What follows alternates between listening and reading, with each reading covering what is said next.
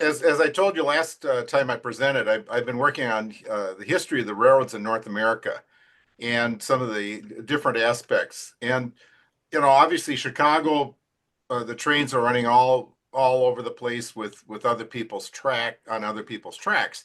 But I looked at Minneapolis and St. Paul because of the two cities. It's fairly complicated here, and so I started to get into each one, how each of the railroads got from one city to the other. And so that'd be interesting to look at that. This is a map of the Twin City terminals. So here's the Soo Line. Here's the Northern Pacific. That's orange, Yep. and the NP came over here, and then the Great Northern is blue, and then the Milwaukee is red. And those are really the four railroads that own track. Everybody else ran on these railroads. And so what I'm going to try to do is go through the major railroads that had facilities in St. Paul first, go through each one, and then Minneapolis. So now we'll look at the major railroads on the that had their facilities on the west side. Now that's Great Northern, NP, Soo Line, and the M and St. L. Now the Great Northern, of course, was built very early. Actually, a little bit after the NP, but Jim Hill was starting at about that time. And the short history is, of course, he was working down by the St. Paul Union Depot as a freight clerk for a steamboat company. But he saw railroads and he saw, gee, there's promise here. And so he studied the St. Paul and Pacific for several years, and then he got some investors and they pounced because it was in trouble. But he needed a charter. So, as I understand it, he found a charter that had been granted by the Minnesota legislature for the Minneapolis and St. Cloud, and they built about 2 miles of track right here. And that at least they built some track. Many of the roads at that time would sell stock, and then you never see a foot of track, but they had 2 miles of track. So he used that to create the St. Paul, Minneapolis, and Manitoba, and so they finished the line which the St. Paul and Pacific had, which went up the west side of the river. And then he also built out to this line through Lindale, out to Wilmer, Morris, Benson, and on up to Moorhead. And then he jointly worked with the NP to build this line up here, and it goes to Coon Creek, and then he went on up to Duluth, and then they go further on up because Great Northern had some branch lines like to Mora and places like that. But here's Western Avenue right north of St. Paul Union Depot.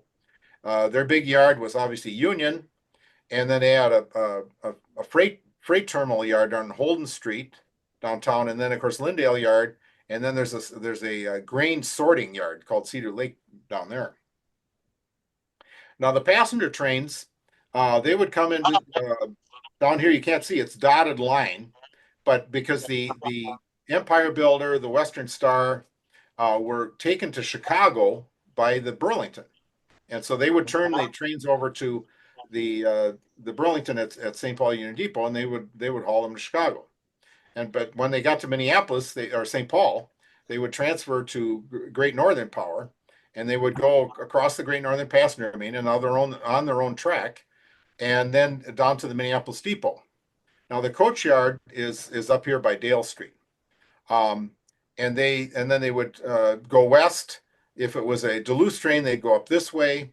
If it was the Western Star or Red River or the Winnipeg Limited, it'd go up this way, and then the Empire Builder and the Dakotan, I think, and of course they varied back and forth, but they're all pretty much on their own track everywhere here. And so here's a picture of it's almost blue, Greg, um, of the Empire Builder on the triple track down in Chicago. But you can see they hauled the Empire Builder right down to Chicago and back. Now early on, the Minneapolis Depot, Jim Hill first built a depot south of Hennepin. So this is Hennepin Avenue here, one of the many bridges that they built. And so first he built this building. This is right up on Hennepin Avenue. It's a nice looking building, but it wasn't big enough. Very soon they outgrew it, and so he built this thing, which was the depot we all knew, and the cast iron bridge at Hennepin Avenue, and then here's this freight terminal. You can see this shield for the Wisconsin Central, and then later the Great Western chipped it out and they put Great Western Freight Terminal. But and then of course the the Burlington coach yard is up here. All these tracks go this way. And then later on, they built a track across here like this so they could go east on the across the river. But so this is the depot that they used a lot. And then that we're going to talk about the Minneapolis Eastern. That came alongside here through a tunnel. Now I took this from the internet. This is a probably in the 30s. It's a 484 North S2 Northern that's getting ready to leave with the Oriental Limit, and the with the modelers, the Great Northern is obviously very popular because their steam was quite attractive. They had the pumps on the nose and a Glacier Green boiler and a Vanderbilt tender and Bell Pair firebox. So people really like that. Now, this is the first scheme for the E units. Originally, when they did the builder in 47, they bought 2 units for each unit, each train. And that's 4,000 horsepower. That's good horsepower, but they didn't have the tractive effort because there's only 4 motors per engine. And so later they went to 3 or 4 F units, which is approximately the same horsepower, but a lot more tractive effort. And so here's the I assume this is probably a Gopher. This is right before the merger, 1970, right after the merger probably, but it's before Amtrak. And this is right over that's Snelling Avenue right there. Now this is a transfer run, one of the many transfer runs they did from Union Yard to. This is coming out of Union. So he's coming out of Union Yard and he's going to probably Lindale. And here's a train coming from the east with a couple of F units. I'm assuming that's probably maybe a Gopher or maybe one of the other trains. Now this is the Empire Builder, and this is on the east side. This is the Empire Builder. This would be late 60s. You can see because of the new paint scheme. Before blue, but maybe mid 60s. Empire Builder's getting ready to go to St. Paul and then Chicago, and then this train it's coming. It's probably a Dakotan or something like that going to St. Paul. That's a Winnipeg Limited, I think. Western Star coming in. Good view of the track. These tracks are the freight main that goes over to Minneapolis Junction. These tracks are going into the depot. Oops, sorry. And then these 2 tracks over here are the Minneapolis Eastern, which go up to the Milwaukee Depot and to the Railway Transfer Yard. So here's Union Yard. Now this is a freight train leaving Union, going to head west. And here's some Burlington units that have run around. They probably brought in a string of cars like this. Now they're running around and they're going to head back down to Dayton's Bluff. This is the over here that's the passenger main. That was fast track over there. They moved the passenger trains right along. This is an aerial picture, probably I'm guessing 50s. And this is Holden Street and all the yards down there. The depot is over here. This is Lindale Yard, and this is Cedar Lake Yard for the Minneapolis and St. Louis down here. John Hill took a lot of pictures around the Twin Cities, which is really good. And this, I believe, Greg, this is the M&NB or the Minnesota Western? Is that correct? Can you hear me? By the Munsingware? Can you hear me? I don't think he can hear me. I don't think so either. I assume it is. I don't know. You must be muted or something, Ross. You can't hear me? We can hear you, but I don't think you can hear us. No, I had the sound turned down because I was getting an echo. But anyway, do you think that's a Minnesota Western? Minnesota Western, which became the M&NS? No, I think that's M&NL. You're looking east here. Yeah, right. Yeah. So the Minnesota Western was on the other side. It was on the they were on the north. Oh, okay. Yeah. So that'd be M&NL then. Okay. Yep. All right. Good. Thanks. This is a picture from your collection on it's a Hutch local, right? Yes. And this was baggage and passengers, right? Plus crew. Right? Yes. Okay. There's another picture from John of Lindale Yard. I took this. This is right north of there. That's on the main. and it's a freight train moving right along, a GP20 and a GP35 moving right along. Also, when we were talking about the blue before, when they bought blue, they bought everything was blue, box cars, grade cars, everything, and cabooses. They really liked the blue. All right, we'll talk about the NP. Now, the Northern Pacific was built quite early, but not into Minneapolis. The history, of course, of the Northern Pacific is that it was part of the Transcontinental Railroad Act of 1864 that the Southerners had been fighting because they wanted to build the line which became the Southern Pacific, and they wanted to make California a slave state. So, of course, that was a big fight in Congress. And then after they seceded, well, Lincoln moved in there and said, okay, well, let's pass this thing. And they designated the Union Pacific to build from Omaha, Council Bluffs to Sacramento, and they designated the Northern Pacific to build from Lake Superior to Puget Sound. And so that's what they started building. And then later they said, well, gee, maybe we better build a branch line to Minneapolis. So they did.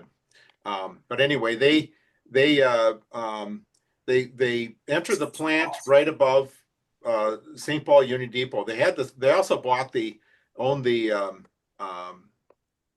St. Paul and Duluth Railroad, and that's the Scally line right here, which goes up and under the Soo Line or under the NorthWestern, and then comes out, and it's a horrible grade, but they'd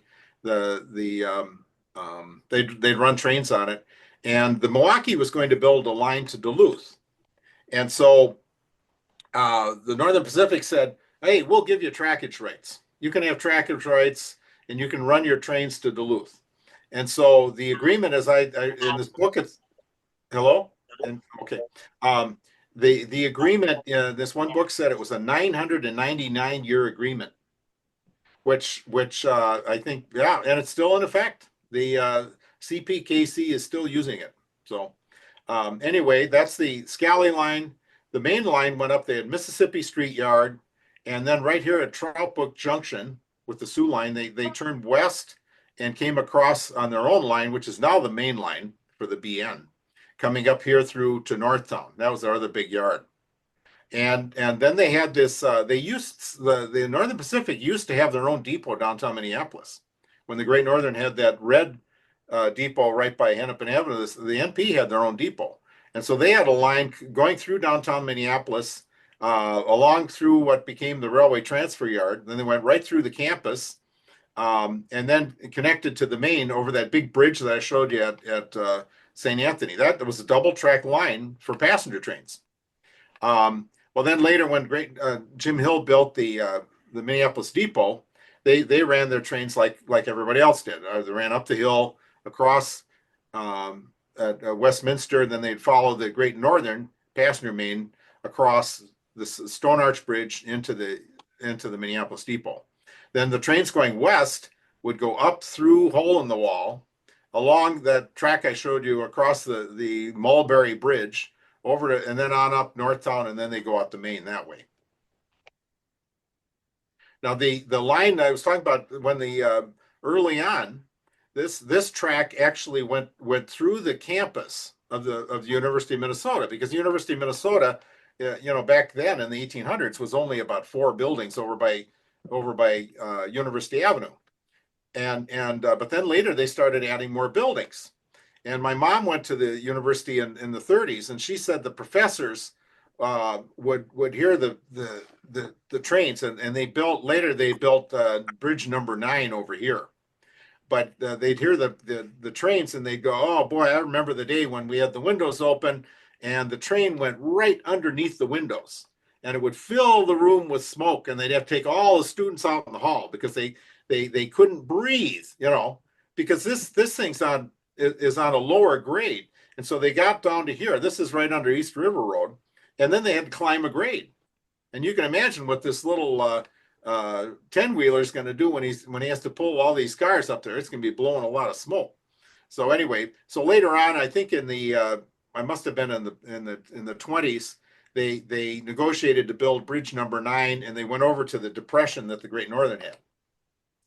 This is in St. Paul. It's right at the time of the merger. It's the Main Streeter coming in. You can see they're taking the heralds off already. I took this north of Northtown. He's coming in a cold winter day. And this one is at right at St. Anthony, and in about 1969. And he was really moving. I was really impressed how fast. I remember going from Minneapolis St. Paul on the train, but boy, they really move. Now this is the after the merger, but before Amtrak. This is north of the Great Northern Depot. Now you can see they're building. It's 1970, so they're building the IDS building. So he's come through the hole in the wall, and he's going to go a little further here, and then he goes across the Mulberry Bridge over to and then connects up to the main line. Then he heads out west that way. And I assume this would be the North Coast. Okay, we'll talk about the Soo Line. Now, the Soo Line, as you remember, it was started by the grain interests in Minneapolis and St. Paul because they thought they were getting screwed by the NorthWestern and the Milwaukee. So the McMillans and people and the Pillsburys, they got together and they said, we got to build our own railroad. So they built the Minneapolis and Atlantic, and it went out this way, went all the way to Gladstone and over to Sault Ste. Marie, and they connected with the Canadian Pacific. And if you go north of Lake Superior, it's a fairly straight shot. So they were shipping a lot of grain for export to Montreal. And then they built the Minneapolis and Pacific out this way that goes out to Glenwood and then on out to Portal, North Dakota, and then it connects to the Canadian Pacific that way. Well, then the CP, Canadian Pacific, really took control of the Soo Line. They were having problems, so they took control of it in the 1880s and went from there. But they had Humboldt Yard, and then the original yard was Shoreham Yard, which yeah, it looks this weird on the map because it is a big U. But they would bring freight in, and then they would run transfer runs all over the place, and especially to the railway transfer because they transferred a lot to the Minneapolis to St. Louis. Now the passenger trains from Chicago would come in.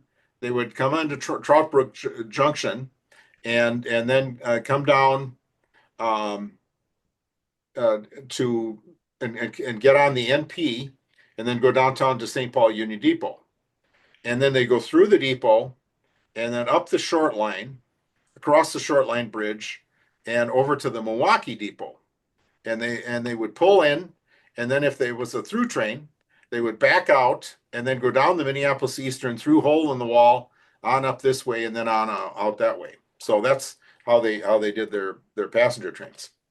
Now, interesting, the Wisconsin Central was separate, obviously, and the Soo Line had built like this across this way to get to Sault Ste. Marie. But originally, they only built between Milwaukee and Eau Claire, and then up to Superior, and later they built their own line down to Chicago from here, and then they built. So they were going in on the NorthWestern here from Chippewa Falls into Minneapolis, and then St. Paul, and then they were going in on NorthWestern trackage rights for a time. Well, then they built this monster bridge over east of Bayport. Across the St. Croix River, and this is their own line. So they built their own line over to Chippewa Falls. And if you see the Herald here, this is next to the Minneapolis Great Northern Depot. It's Wisconsin Central Freight Station. That was right downtown Minneapolis. So here it is later on, right before the Soo Line took control. But Chicago up to Fond du Lac was their big yard. And then they went on up to Ashland and over to Superior, and then to Minneapolis and St. Paul. Here's the Soo Line Bridge, the Soo Line building downtown Minneapolis, which they had for many years. When the CP bought the Soo Line, they took over the First National Bank, if you remember. Now I guess they're going to move a whole bunch of jobs down to Kansas City. So this is Shoreham Yard from the air, and you see they have a complete roundhouse, car shops, everything here. This was a complete yard. And but it was very interesting getting cars up getting trains up the hill there on both sides. Now here we're going to follow a passenger train into Minneapolis. Now he's coming in from the west. This is along the Camden Bridge is up here, and he's on the west side of the river north of downtown Minneapolis. Now he has gone through a hole in the wall, and now he's going up along the post office, and then he comes up to the Milwaukee depot and then backs in, and then when he heads east, he's just going to head out and across the short line. So that's how quite a complicated procedure to get through there. But there's another train just pulling out, heading to St. Paul. Now these Dolly sisters they're infamous locomotives, well known. They were DL 640s or DL 640s, RS 27s, and Soo Line bought two of them, as did many of the railroads. And Jim Boyd talks about these things in detail in his book. The Alco pushed their 2,400 horsepower engine out before it was done testing, and so as a result, the thing ran for 3 or 4 years just great, and then all of a sudden they started having major crankshaft problems, and that really did them in because they had all these PAs out there and all these things, and so the Soo Line kept them close to home. Originally they ran two of them around Minneapolis and St. Paul on transfer runs, and then later it was one with a Jeep. So here's I climbed the Riverside chimney to take some measurements. I worked at the Riverside plant for Northern States Power. This is the view from that 500-foot chimney, and this is the view of Shoreham Yard, and then in the front is Northern Pacific, and here's a closer view. Quite a facility over there. I had to have one artsy shot. That's Shoreham, late 60s. Greg, this is from yours. He's coming he's come across the Camden Bridge under University Avenue. Now he's going into the yard. And that was a favorite lash up they had was one big unit, a U30 or an SD40 and an F unit. And he's passing the Dolly sisters. So those are great shots you got. All right, we'll talk about the M and St. L. Now the M and St. L passenger trains, originally they had a train that ran to, came out of they were sort of kind of cozy with the Northern Pacific. So they went into the NP depot in Minneapolis, and they go through the railway transfer yard across the Northern Pacific Bridge, and then they hauled over to St. Paul Union Depot. But later they didn't run it after the war. They didn't run, as I understand it, they didn't run passenger trains, bigger passenger trains. So then they went to, I think with Sprague, they went to the gas electric cars, and those basically just came out of Minneapolis. So that was their passenger trains. And their freight, they had Cedar Lake was the big yard, obviously, and there was a second yard down here. And then they had a big freight terminal, and then they had the railway transfer yard, which I believe was owned by the Milwaukee and jointly by the Milwaukee and the M&St. L. So here's a Minneapolis and St. Louis S4, Alco S4. He's going from Cedar Lake up to railway transfer, and he's going around. This is on the Minneapolis Eastern Trackage. So he's going around next to the depot, heading up the hill. Now this is the M&St. L freight terminal downtown Minneapolis. It was quite extensive. You can see all these trucks. This is probably the 20s, judging by these trucks, the box cars. But they bring a lot of cars in here, produce and freight and everything. And this is Cedar Lake. This is about the 50s. Big yard. This was their big yard for the northern area. The other yard they had was the Marshalltown, Iowa, and that was from when they took over the Iowa Central. Greg, this is from your collection. You shot this from that bridge. And this is in the late 60s, Cedar Lake Yard. There's another one of the U30s. They didn't have a lot of room there, so they actually put in a transfer table. Now this picture I took in 1970, it said Tower E14, where the M&L is heading southwest out of the Twin Cities. They're crossing the Milwaukee.